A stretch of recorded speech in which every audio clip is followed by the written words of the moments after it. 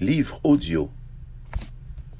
Jésus, la puissance du royaume, la puissance d'en haut, ici-bas. Aux éditions Croix du Salut. Chapitre 1. Des milliers de livres ont été écrits sur Jésus et chacun doit rendre compte d'au moins un aspect vrai et important à son sujet. On le suppose et l'espère du moins. Il y a des articles encyclopédiques qui recensent une vérité plus certaine sur sa vie, car en principe elle a l'obligation, depuis Diderot et d'Alembert, de tenir des propos jugés acceptables par les savants universitaires. Il y a le Jésus des films qui le magnifie en robe longue et cheveux longs, et celui qu'on entend par les propos de tout un chacun, celui encore qu'on présente à l'école, qui le fait un parmi d'autres en religion, et celui que considèrent les philosophes comme plein de sagesse et de vérité, et enfin celui, selon les légendes entendues, qui le célèbre avec les rois mages à Noël sous la crèche. Il y en a d'autres, bien sûr, comme celui qui s'affiche sur un mur d'église ou par sa représentation du crucifix porté au cou, à la main contre les démons, ou même parfois sous le rétroviseur d'une voiture. Qui est Jésus exactement? On n'en a jamais autant entendu parler sans pouvoir le dire avec certitude. Prononcé du bout des lèvres par le pénitent sur le banc d'église, ou fortement par l'évangéliste à la main levée, ou comme les croisés de jadis qui violentaient en son nom en tentant de récupérer la ville sainte. Jésus ne laisse encore personne indifférent, et même ceux qui pensent que c'est leur cas, suffit qu'on leur en parle pour les entendre dire que cela relève de leur valeur personnelle, d'y croire ou pas. Chacun a droit à son opinion, à son sujet, et l'on se sent offusqué devant l'insistance de nous en parler, surtout si cela va à l'encontre de ce que l'on croit qu'il est. Alors les oreilles se ferment et le cœur s'attriste.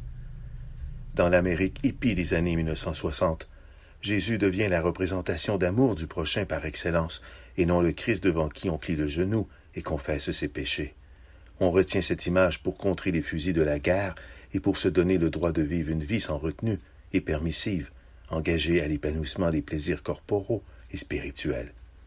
Jésus est devenu un mythe dans nos sociétés laïques, tout comme un héros, comme jadis Ulysse, dans les écoles du dimanche.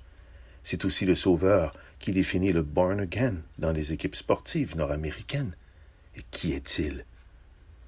La vie que Jésus veut nous donner est la plus extraordinaire jamais présentée à ce jour. Et si vous ne vous êtes pas encore consacré à lui, ou que vous l'avez fait mais que votre vie vacille, c'est que vous n'avez pas rencontré des gens qui vivent cette vie de rêve. L'église où l'on chante et prie Jésus avec ferveur et foi, où on y lit la Bible et la partage, et où on y entend des « Amen » puissants, n'est pas encore cela, quoi Dieu vous appelle, ce n'est qu'un léger passe-temps agréable qui conforte ceux et celles qui ont la foi. Et ce livre s'adresse tout autant à ceux qui n'ont pas connu Jésus qu'aux chrétiens qui le connaissent, mais vivent sans sa puissance, parce qu'ils sont trop investis à le faire selon les modèles du monde. Il est le fruit avant tout de l'esprit, agacé de voir tant de poussière s'accumuler dans le cœur des croyants qui pourraient prendre leur vie pour le miracle qu'elle est, au lieu de la laisser leur échapper, parce qu'on n'est pas appelé à améliorer le monde, mais à nous laisser transformer dans l'immensité de son amour. L'Évangile de Marc a ceci de particulier que sa concision révèle l'essentiel, et on y découvre la vérité plus fortement ainsi.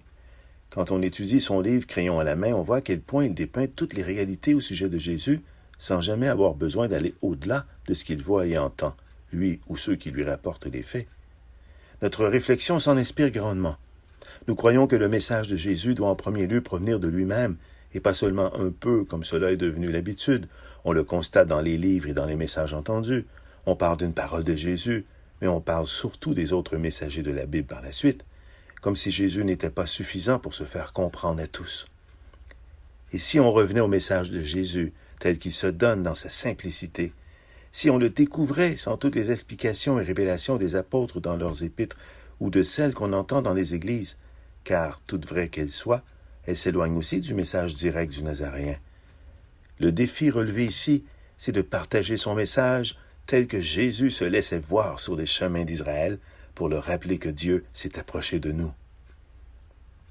Dans l'esprit de faire simple, de dire vrai et de montrer ce qui est primordial, quoi de mieux qu'un brûlot pour provoquer une réaction spirituelle comme le faisait Jésus, qui n'hésitait pas à brusquer l'esprit des gens pour les amener à réfléchir, et on le lui disait « Maître, en parlant de la sorte, c'est aussi nous que tu outrages. » Nous ferons nous aussi de même.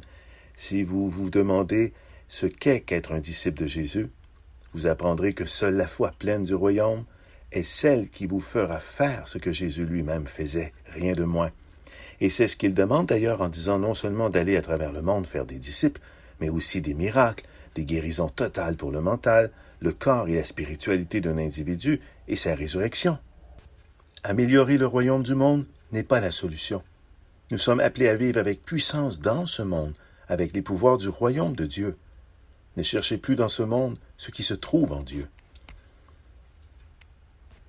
L'appel de Jésus est d'être en ce monde comme il l'a été. Mais comment était-il? C'est le moment d'en parler.